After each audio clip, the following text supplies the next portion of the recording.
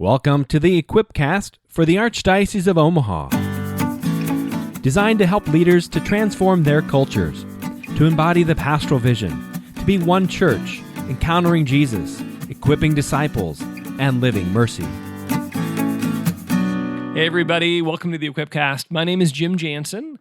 I am your host, and I'm with Jody Phillips this morning. Jody, how are you? I am doing well, yes. So we're going to be talking about meetings today. And for some of you who are like, oh, not my podcast. No. You want to stay around for this. If you ever have to be in meetings and sometimes don't like it, either in a family context, in a work context, or in a ministry context, I think this is going to be a helpful conversation for you because we want to talk about how you can enter into meetings well, but as a follower of Christ, particularly as a follower of Christ who values friendship and prayer.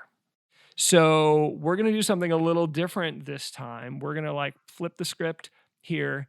And Jody actually gets to be the host this episode. Yes, I do. So I'm really excited about it. And some of you may have heard me. I was on the podcast about a month ago talking about youth ministry, but this will be my first time interviewing Jim. So buckle up. It's going to be a wild ride. Well, let's see if you can get me out of my shell. I know. Good luck. That's the adventure we're all in for. I would assume most of our listeners have heard quite a bit about you, but tell us a little bit about your journey of faith and when you first encountered Christ. Okay. So I grew up in Omaha, Nebraska, Barb and Paul Jansen, me, mommy, and me, poppy. So I grew up St. Bernadette's Parish in Bellevue.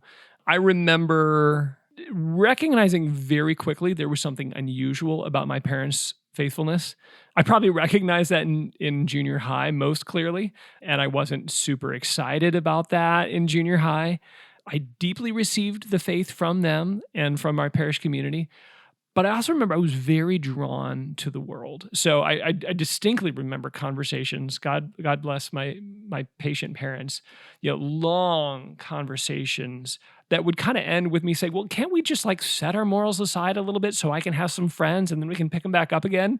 Because I wanted to do something that was not okay in the family household, and I probably struggled riding the fence where my heart and my loyalty was through junior high school. If I'm honest, I probably gave up the struggle and just kind of abandoned the Lord and the faith for good periods. But I had a very profound moment of conversion my junior year of college down at Benedictine College. I had two friends that were killed in a car accident, and it rocked my world. I had had people close to me die before, but never people that I was that close to. I mean, I remember calling up their voicemail just to kind of hear their voice again.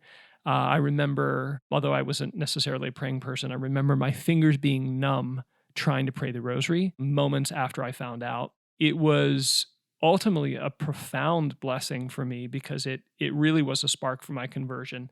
For another time, my wife was actually dating the young man that was killed. I was interested in dating the young woman that was killed. And it ended up eventually kind of bringing us together. But what the Lord had to do is I just had a very profound moment with the Eucharist where in that vulnerable, honest grief, I heard the Lord speaking to me. I wish I could say, and I said, "Yes, Lord, your servant is it." I was like, "Oh, crap." And I just, I kind of ran the other way until a few months later, my friend who was starting a small group Bible study for the first time, God bless Chuck Hill, one of the first student Bible study leaders for Focus, he invited me into his Bible study. And it was in that context, that small group studying the Word of God, that things really began to change for me. And man, lots of journeys along the way, but that's kind of the seminal moment that I go back to. There's a lot of ones along the journey now, but that's one that I come back to with a lot of gratitude. Yeah, praise God. So you had this beautiful encounter and then you were walked with, or maybe beautiful is maybe not the word, kind of a painful encounter with Christ in some ways. It was, my response was not beautiful, but I mean, Jesus did all of his role to make it beautiful. Yeah. And then you were walked with some of your peers. And Yes. then that has some years later led you to this point. Can you tell us a little bit about your day job? Yeah, Day jobs, maybe. Yeah, day jobs. That's funny. So I am the Director of Pastoral Services here at the Archdiocese of Omaha. That means I get to convene all of the teams, the offices here at the Archdiocese that serve our parishes and our schools most directly. So that would be pastoral planning, the schools office, the evangelization and family life office, the parish support team, stewardship and development, and I think I said them all, right? We get them, kind of convene all of those groups. I am also the director of the parish support team and the evangelization and family life office.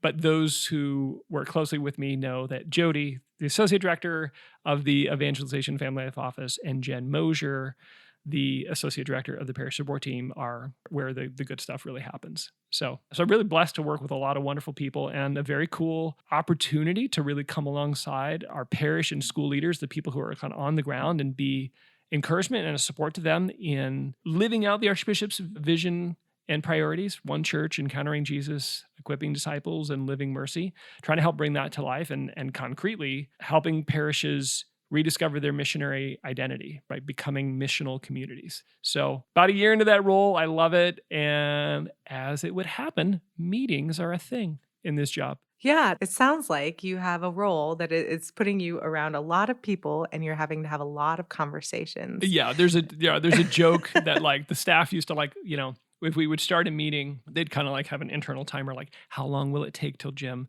jumps up and starts to write on the whiteboard? Because I can have meetings without whiteboards, but they're better with whiteboards. And did you say that was an old joke? Yeah, so it's apparently still going. It's a current joke. Yeah, still running timer. So yeah, so I would assume many of our listeners, some are involved in some form of ministry, some are not. They're doing a lot of different things. For a lot of us, meetings sometimes feel like they can get in the way of the work of ministry, or they get in the way of the things that we need to do. They sabotage our productivity and getting what the real work is done. Why is that? Why does that seem like meetings tend to get in the way of what we want to do? Well, I'm a big fan of the work Patrick Lencioni is done on this. So we'll cite a couple of books that he wrote at the end. But I mean, ultimately, the reason meetings stink is the same reason that movies stink. If there's no plot and no drama and nothing compelling that has to be resolved, who cares? Just to be clear, if our meetings are going to be compelling, we actually have to be doing something.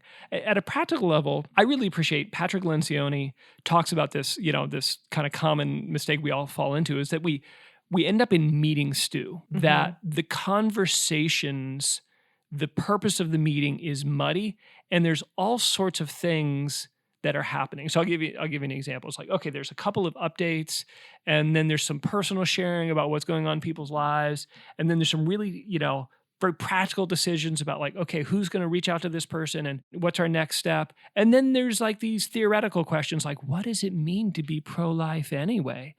And man, all of those things, deciding, who's going to order the napkins and which vendor will we go with, and what does it mean to be pro-life, and how was your weekend? None of those things are bad, but they don't all belong in the same meeting.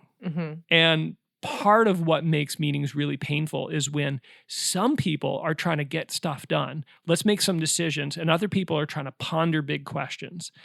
I tend to be, I really like the pondering the big questions thing. I like thinking through strategy. But there's a time and a place for that. And there's a time and a place for like, okay, who's going to do what by when, and let's get rolling. Are there any other pitfalls that you would see people run into, or any other mistakes that people run into with meetings? Well, I mean, there's like legion, but I would say maybe more focusing on the solution. There's three things that I think are a foundation of good meetings. One is trust among like the members. So I'll give it like an extreme example. If your meeting begins with, and you have a right to an attorney, and you have a right to, it's like, oh, like that's kind of a low trust situation. And, sometimes people don't share anything more than they absolutely have to in this context. The ideal is to have a situation where the members of the meeting trust one another, where they walk into a meeting, number two, with a clear purpose. We know why we're here.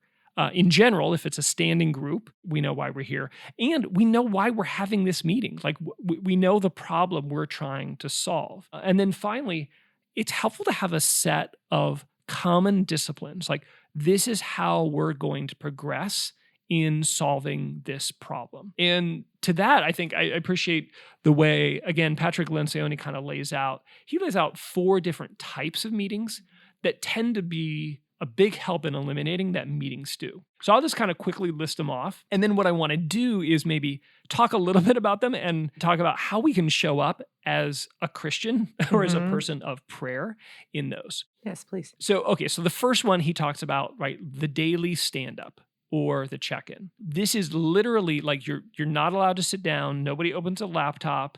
There is no agenda. It is quite literally, when it goes well, a 5 to 10 minute meeting at most for those of us who tend to be a little bit more chatty.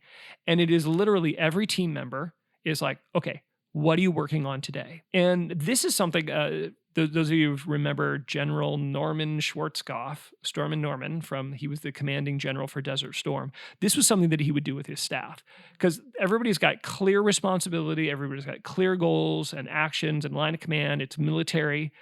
And they would begin each day with a quick check-in. What are you doing? What are you doing? What are you doing? And that would often then lead to a conversation. Gosh, actually, I need your help with this. And it would create follow-up conversations. But what that does is it does 2 things. One, it helps to proactively eliminate gaps in information where someone either doesn't have what they need to move forward. And it also, at a kind of a social level, it keeps people connected. So when it comes time for a sit-down meeting where we're going to work through a problem, you don't feel like you're walking into a room full of strangers again. And sometimes that's a reality where our lives are so busy and we're working. And even if you have a weekly meeting, but certainly if there's a longer gap in between, you sit down and you're like, wait, I haven't talked to you. And sometimes it's psychologically hard to move into a fast, productive meeting space if you felt like you haven't relationally connected.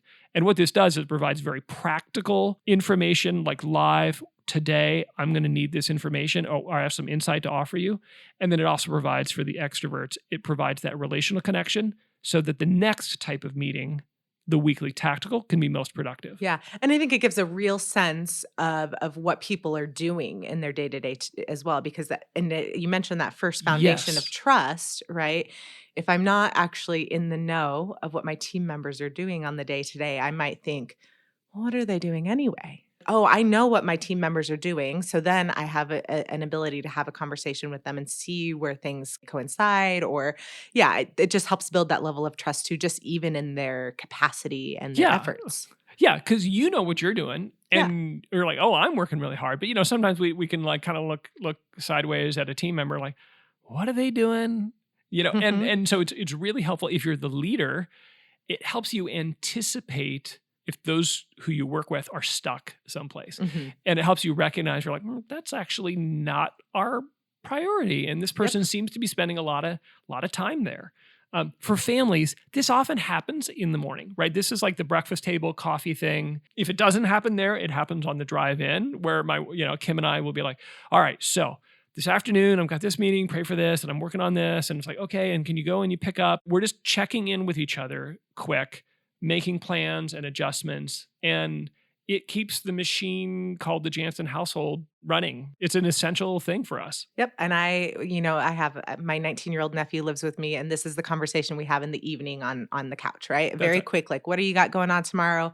You have to work. What's your work schedule? How do we organize all of that? Kind of a similar, just natural habit of discipline to stay connected, right? Yeah. None of this is rocket science. A lot of us do this intuitively, but sometimes when something isn't working, when you, for example, come to a weekly tactical meeting, and I'll explain what I mean by that, but it's just a regular meeting, and everybody just like, you can't get started because everybody's so chit-chatty and what's going on. The solution might be, crazy as it sounds, adding a daily check-in. Yep. So that people feel relationally connected. So when they come to the tactical meeting, there isn't this nagging, lagging need for social connection. So let me talk about the weekly tactical. Please. This is like the typical, team meeting. It doesn't show up as often in a family context, although if it does, it's probably like a Saturday night or, Sunday, getting ready for the week type of thing where you're looking at the calendar and stuff.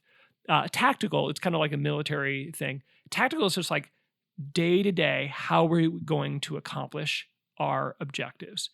So a weekly tactical meeting, and we'll kind of like break this down as to like some key elements to this. But this is where we're looking at, okay, we've got this agreed upon goal. We all know we're shooting for this. And you're kind of checking in like, how are we doing on that this week? What needs to happen this week in order to make progress? That is different than what Lencioni calls a strategic meeting, which is a conversation around how do we get there, right? So some of our listeners are familiar with Stephen Covey, who was business guru, great writer, author of the 7 Habits of Highly Effective People, that tactics are more about like, how do we chop the weeds as we're slogging through this forest? Strategy is what forest? This is a much higher level, a strategic meeting, and sometimes it's helpful to put placeholders in the calendar, because what happens often in a tactical meeting is you'll be chugging along, trying to accomplish a goal. And what will be clear is, wait a minute, do we know this is really working? Yeah, is this the right way to approach this problem? And that's a really important question. It can be a frustrating thing if everybody's trying to like, hey, we're just trying to make a decision here, about which caterer we use, and you're asking the question whether we should host this dinner at all. That can be really, really frustrating. And so it's helpful to have a space that's dedicated where we can ask the questions like, should we do this activity at all? And that's what a strategic meeting is. It's a space where people often prepare ahead of time. Maybe there's a little research, reading, preparation, thought that guides that. And it's an opportunity, usually a longer meeting, one topic only, where a tactical meeting tends to be 5, 6, even 10 different topics that are quickly addressed. Strategic meeting is 1 to 2 topics, just asking the question, should we even do this to reach our ultimate objectives? Does everyone need to be in a strategic meeting? No, it varies. So let's say if you have a significant team with various members playing different roles, you don't have to have everybody present in a strategic meeting. Now, oftentimes there's going to be ideas or results or insights that have to be added to that conversation, or people that have to be brought up to speed afterwards, but everybody doesn't have to be in that meeting. An example from family life, as we're like figuring out like, okay, what's our summer vacation strategy here? We've got multiple people working, we've got multiple schedules here. When we ask the question, okay, what does our family need?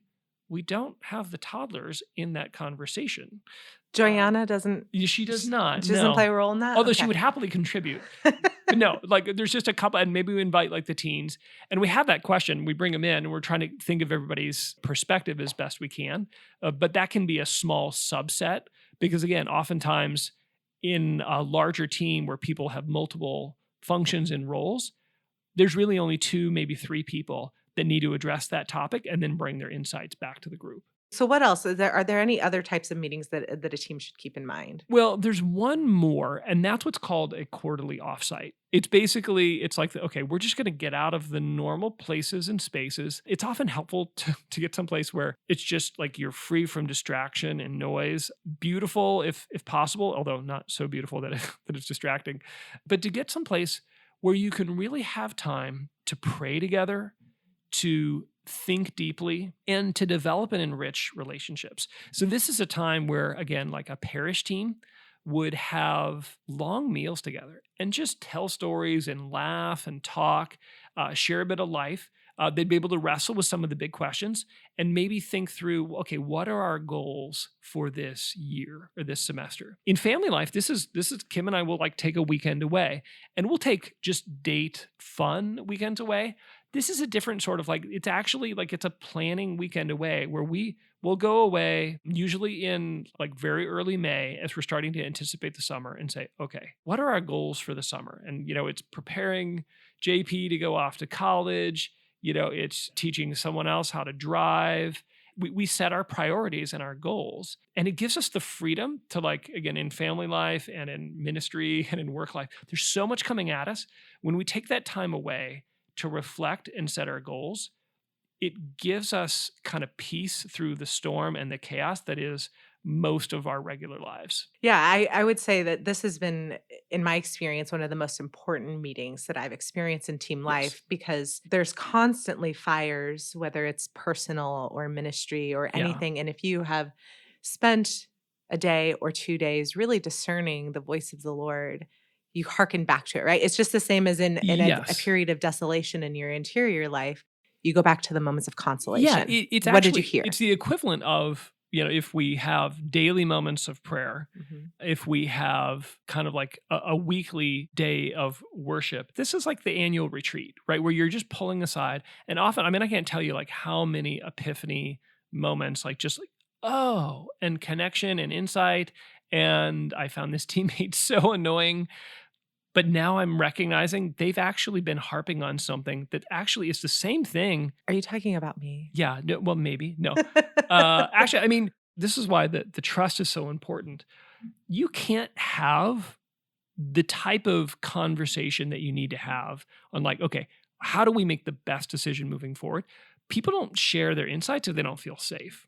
And they don't feel safe if there isn't some sort of foundation of trust. The offsites or the kind of those like retreats of sorts, sometimes they call them retreats, like in the corporate world, they call it like, a working retreat or whatever. Those retreats, those offsites, those time away, they're often where you realize, boy, the thing that is bugging me is exactly what my teammate or my spouse has been harping on. And I just didn't realize that we were actually solving the same problem from just opposite perspectives. So really often, like the strain in a relationship that just naturally happens, especially now at the pace we all tend to move, where you sometimes don't have the time to sort through like, okay, tell me, why do you think that again? How does that fit? But how do you reconcile this?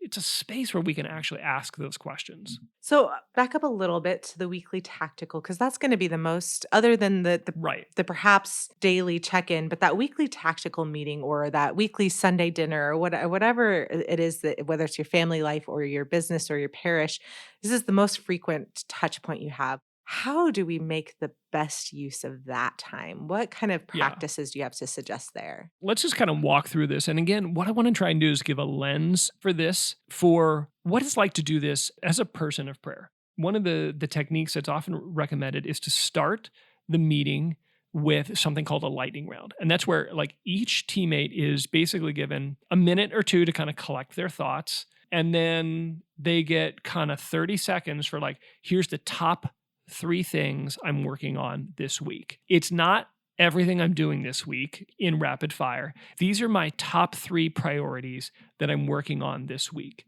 Similar to the daily check-in that tends to expose potential areas of intersection where teammates can help one another and remove obstacles, it often ends up creating an agenda item where someone's like, and I'm working on this, and frankly, I'm just stuck here. It's like, all right, well, let's talk about that. So lightning round is just a very quick way for people to kind of like address, okay, these are the top 3 things that I'm working on this week. And it maybe takes, depending on how long people reflect and how much they share, it might take 5 minutes for a very large team. Mm-hmm. But typically it's like a 3-minute thing. I would suggest actually maybe even backing up. Prior to that, I really think, especially in a ministry context and in a family context, but I would suggest some real substantial time in prayer. What I mean by that is like what the church would call contemplative prayer.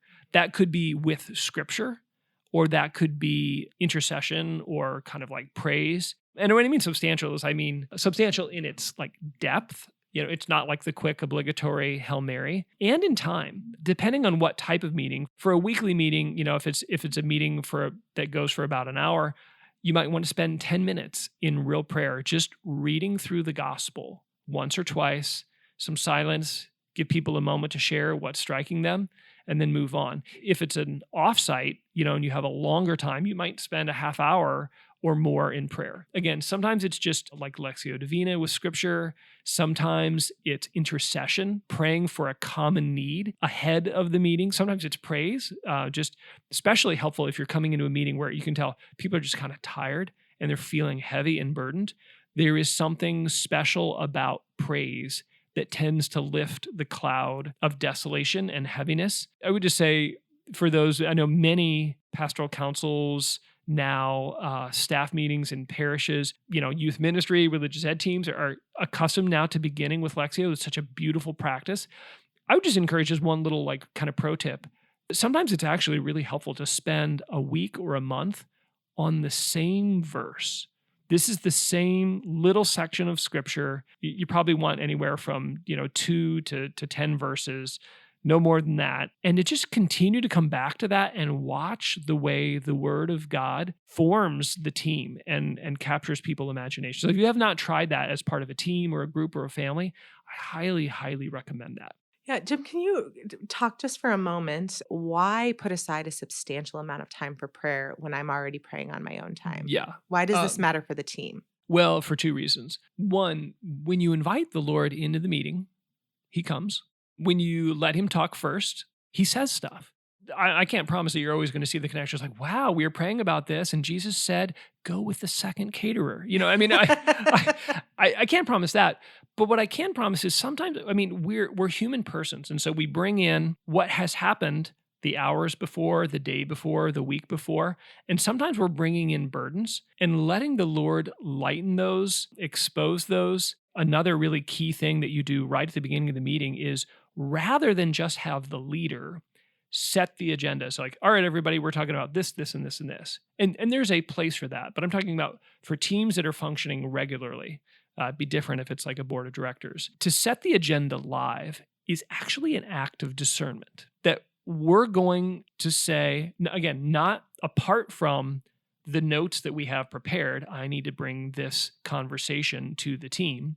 It's not like we're turning off our natural preparation and our note system, but we're bringing in our insights and we're asking the Lord to say, like, Jesus, what do you want us to talk about? How should we move forward in this meeting?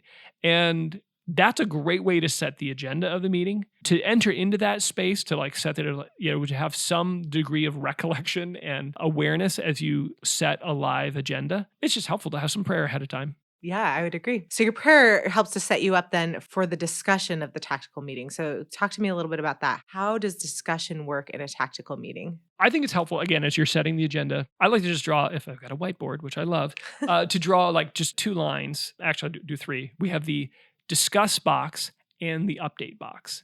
Now, the update box is basically, it's like less than 60 seconds. It's just quick update items. And then there's the, okay, we need to discuss this. So I think it's helpful to distinguish that at the beginning because it helps people recognize like, oh yeah, we're actually trying to, the whole team can participate. When something gets put in the update, we're like, oh yeah, this is supposed to be 60 seconds. They're going to say something. I'm going to say, that's cool. I might ask a quick follow-up question and then we're moving on. We're not trying to discuss this. So that can just be a helpful distinction. So people know how to participate in the meeting. Usually you generate a list of like anywhere from 3 to 7 items that we want to try and discuss. You may put 10 up there. You're not going to be able to get to 10 in a meaningful way, usually. And so it's very important to prioritize. All right, let's talk about this first and this first and this and this. And then can we take care of the others outside this meeting or some other time? Because some people think success in the meeting is checking everything off. And I would say, again, I've been using this caterer example. Success is not just deciding which caterer. It's actually choosing the right caterer. And so if you need to have a longer discussion about budget versus quality of food versus, yeah, but this guy's family, and like have that discussion and making a fast decision and getting through all of the agenda items when it turns out the decision we quickly made was not the right one, well, that's not a win. So you want to make sure that everybody knows, yeah, we had a number of things that we wanted to discuss, but we're only going to discuss these 4 things in this order. That helps people be present appropriately to the meeting as it unfolds. You just kind of triggered a thought in me, like you've got something on the agenda, and you're very gifted at this, Jim, at guiding a conversation down what may have felt like a rabbit trail to someone else, and then it feels like it's the right conversation we didn't know we needed to have. Yeah. Right? Well, I mean, how do you notice that? Part of it is it's helpful. Again, there's another best practice here is to keep goals in front of you. I'm sure all of our listeners can relate to setting a goal as part of a group or as a team, like you set some sort of annual goal and then you never look at it again until the next year. It's like, oh, it's goal setting time. It's really, really helpful to read the goal at the beginning of the meeting. I mean, aspirational goals like this is our mission. This is why we're here. And the very practical, And this is what is most important right now. For the next 3 months, we realized we have to figure out a cadence for how we're reaching out to new people. Starting the meeting with that goal helps to give purpose to the meeting. If I find myself in a meeting, or if it's been a meeting that's been scheduled for a while, and then I'm sitting down with the person, I try to say, okay, so what's our goal? What's the purpose of this meeting? What problem are we trying to solve? What are we supposed to discuss today? What do we hope is going to happen? It's actually really helpful to know, wait, why are we here? What is this meeting about? What's our purpose? Because sometimes, just out of kindness, misdirected kindness, people invite you to meetings that you don't actually need to be at. Yeah, it's never happened to me. Never happened. Yeah. Never happened in a meeting with Jim. There are ways, there's like all sorts of great, like, corporate skits and things that you can find on YouTube where, people are like in meetings and, after like 2 hours, it's like, great. So we could have handled this with an email. Mhm. That's great. So it's actually a kind thing and a great personal discipline that when you're invited at a meeting or you're at a meeting that is beginning to say, okay, what's the purpose of this meeting? What are we trying to accomplish here? Yeah.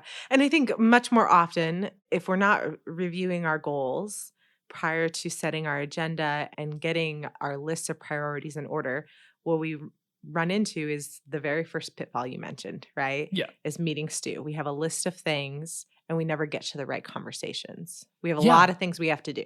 Yeah. And I don't know if you notice this, but people are different than each other. So some people love to talk about the big picture questions. And some people are like, just leave me alone so I can get crap done. And it helps the people who are naturally drawn to the big picture. Those people can discipline themselves to stay on task when the meeting is about tasks. And the people who are used to getting tasks done can set that aside for a moment and think and offer insight when it's the right context and everybody knows this is what we're trying to accomplish in this meeting. We're really thinking together versus we're like making some quick decisions here and trying to move forward. So again, setting some clear expectations, being clear about the purpose of the group, like why are we a thing? Why are we a group? And then being clear about the disciplines, like these cadences or these little practices, these little meeting tools. That makes a big difference in helping people participate. Because half the time, people are violating unknown expectations, and that's part of what makes them annoying. Like they don't even know they're being annoying because they're violating expectations that they're not aware of. So we have the right conversations that matter. We're talking about all of the right things, and then what? How, like, are there any other practices we need to keep in mind? Yeah. So this is like where a lot of meetings, like they're like, oh, great meeting, and you can tell everybody's like, we talked about the right things and we made good decisions, and then we move forward. We come back a week or 2 weeks later. Wait, did I do that? No, I thought, and nobody remembers. What I recommend is a box. Again, if you get your whiteboard, you get a piece of paper, that's just an action list. And as the conversation unfolds, you'll notice, especially if you have someone who's assigned to this role, to like, wait, I think we just develop an action there. I think we just said Jody was going to reach out and call the caterer to find out if they can do gluten-free. And that could be something in the moment of the conversation that Jody misses, or it could be something that everyone else misses. It's a very helpful mantra at the beginning of each meeting. Okay, what did we decide? So I'm going to review the action list, what we decided at the end of last meeting, so we actually make progress. And then at the end of the meeting, right before it closes, give yourself like 5 minutes to review the action list. Who does what, by when, and how are we going to check in? So I'll say that again, like who, like, okay, Jody does what? She's going to call the caterer to see if they have gluten-free. By when? By tomorrow. And we're going to check in next meeting. Or now Jody's going to send everybody an email update as soon as we know. That alone often helps make meetings so much more productive, because when you get in thinking mode, sometimes it's easy to forget to turn it into action. And the action list review at the beginning of your meeting, from what you decided last time, and then at the end of the meeting to make sure everybody has their marching orders, helps a ton. What else? Is there anything else we need to keep in mind? I guess for me, what I notice we often run into is we've got these goals. We have a big goal, right, in the Archdiocese, but there's a lot of other work. In particular, in our parishes, you can have your top 3 priorities or your top 4 priorities, but people are still dying and being buried. There's still Yeah. baptisms to perform. Yeah, and it's There's not good to put that off. Yeah, yeah. These things The burying thing. apparently, right? Yeah, like there are works of mercy that are still necessary. So how does this all fit into this model of meeting and not get in the way? This shows up a lot in our family meetings with Yeah. Kim and I. So we'll have let's say our kind of quarterly date. We'll go get coffee if we get the luxury. Thank you, grandparents, where we can actually have an overnight. We'll plan and we'll say, okay, what's the big things we need to work on? And so we'll get 2 or 3 priorities for a 3-month period, and we're like, okay, we're really going to concentrate on this. It gives us permission to say no. It's almost like a priority budget, permission to spend ourselves here and permission to stop spending ourselves other places. So we don't need to feel guilty about things we're not doing or helping with. But to your point, there are some things that just have to keep running, right? I mean, house maintenance, education, for the kids. And so in family life, we kind of have like, these are kind of like just like our standard operations. We always have budget, house maintenance, kids' school. Like those things are just always things that we need to kind of stay on top of. And so those are things that sometimes it's helpful just to have that list available for a team. So in a ministry setting, it might be budget, it might be kind of like attendance numbers, it might be, volunteer tracking. It varies depending on what kind of ministry or what kind of business you're in. But those are the things like if a business decides our most important thing is getting new customers, they still have to attend to revenue coming in from existing customers. So that may be one of their standard operations. So there's always going to every now and then they're going to take a look at the budget and make sure that it's on track. It's not the most important thing, but they can't take their eye off it so long that it actually becomes a problem. You mentioned at the beginning you wanted to talk a little bit about how meetings are a place for prayer and for friendship. Yeah. Can you talk a little bit about how that plays into the meetings and any stories of how this has shown itself in meetings? Well, I mean, I'll maybe be a little controversial here. I think most people have an artificial division between their family life and their work life, or their personal and professional lives. And I actually don't think that's healthy. Now, to be clear, I am not in any way advocating, that professional team meetings become a counseling session, or that people overshare, or even on the other end, right, that you bring work home with you in an inappropriate way. But I was really challenged by a podcast from the Table Group where they talked about why would you not share at least a little bit with your family what you spend 8 hours a day doing? And that's been, for many people, it's like, but my work is boring. They don't care. It's like, yeah, but with a little bit of reflection, people knowing what, in my case, dad does, knowing what my kids do, sharing with my wife, oh man, it's like, it was so hard. And I was brokenhearted because we had worked so hard and then it all fell apart at the last minute. Sharing your life, joys, disappointments, even the ordinary things with your family, bringing work into your family, the characters, the story, maybe it means like a dinner with coworkers, but just sharing stories of your day, that really matters. And the opposite too, because the problem is, I think it's actually, this is why, I guess what the heart of it's when we artificially separate them and pretend we don't notice that our coworker keeps choking back tears in the context of the meeting because they're really worried about, their sick parent. I don't know how many times, and again, I'm blessed to work in a ministry context where we said, hey, time out, let's just stop here. We need it back to the caterer. Yeah, we need to figure out which caterer is going to be the best for us to work with. But Jody, can we just pray for you for a little bit? And we've done that. I mean, so many times where we've just stopped meetings and prayed for a personal need and challenge that was kept kind of creeping in. And then even more obvious, I don't know how many times I've been in a meeting where we've been circling around and around and around, and we're clearly spinning our wheels. We cannot figure out how to move forward on this. Again, for those who are familiar with Ignatian spirituality, as the Lord trains your ears and your heart to be attentive to desolation, sometimes you're like, wait a minute, we're all stuck here. This is clearly a desolating, hopeless moment. and then just stop and say, we're going to not try and do this on our own. We're not going to fake it. And we're just going to say, Lord, have mercy. And we're just going to pray for a little bit, even if it's like literally 3 minutes. We're just going to pray for this coworker. We're going to pray about this issue that we're stuck. It makes all the difference. And so I just want to encourage you, some of you, listeners you're blessed to have a temperament that like you are a getter done. You never miss a to-do. Please bring that as a gift into the meeting. Some of you are blessed that you have that really finely tuned spiritual antenna. And when it's just clear that everybody's kind of stuck and spinning their wheels, please don't be afraid to say, hey, can we just stop for a moment and just pray about this for a moment and ask God to show us the way forward? Maybe you're the one where you're just the natural person. God bless. I'm going to give a shout out for one of my coworkers, Vicki Koffold, who is the superintendent of Catholic schools. Vicki is wonderful, and she is so good at asking like the insanely obvious question, what are we trying to do here? Mm-hmm. and it's like, I usually laugh. I was like, well, stop it, Vicki. We were making really good time until you asked us what we were trying to do.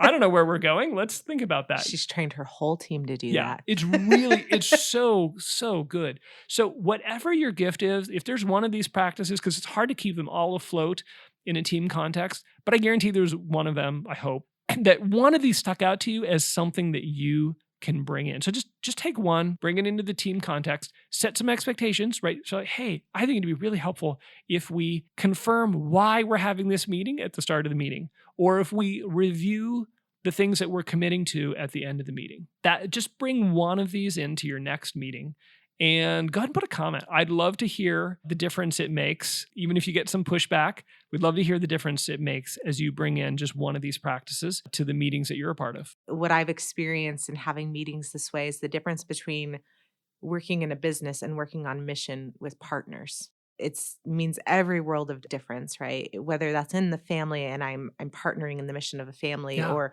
partnering in the mission of the church, right? I'm not just going to a meeting, but I'm going to collaborate with coworkers in the vineyard. And that's personal and that's real and it's mission oriented and it's an active discernment constantly. So just to encourage you to be on mission even as you're discussing the hard things. Absolutely. The American Legion is kind of a fading organization. Praise God, we haven't had huge drafts and wars. The Gulf War and now Afghanistan is probably our most recent, but there's something special that happens when veterans get together. When people have been united around a common purpose and a common mission, it tends to build real friendships. And we don't need to be afraid of that. We don't need to be like, again, please keep good boundaries. Nobody's advocating for that, but to let ourselves have real friendships that develop because of that common mission. Like it or not, meetings tend to be where those things take shape. So hope these are blessings for y'all to do them better. Jim, thank you so much for letting me interview you. Oh, you're welcome. Thank you. You did such a good job of getting me out of my shell. I really appreciate that. It was really hard to get him to talk. I had to just keep poking him in the arm. So yeah.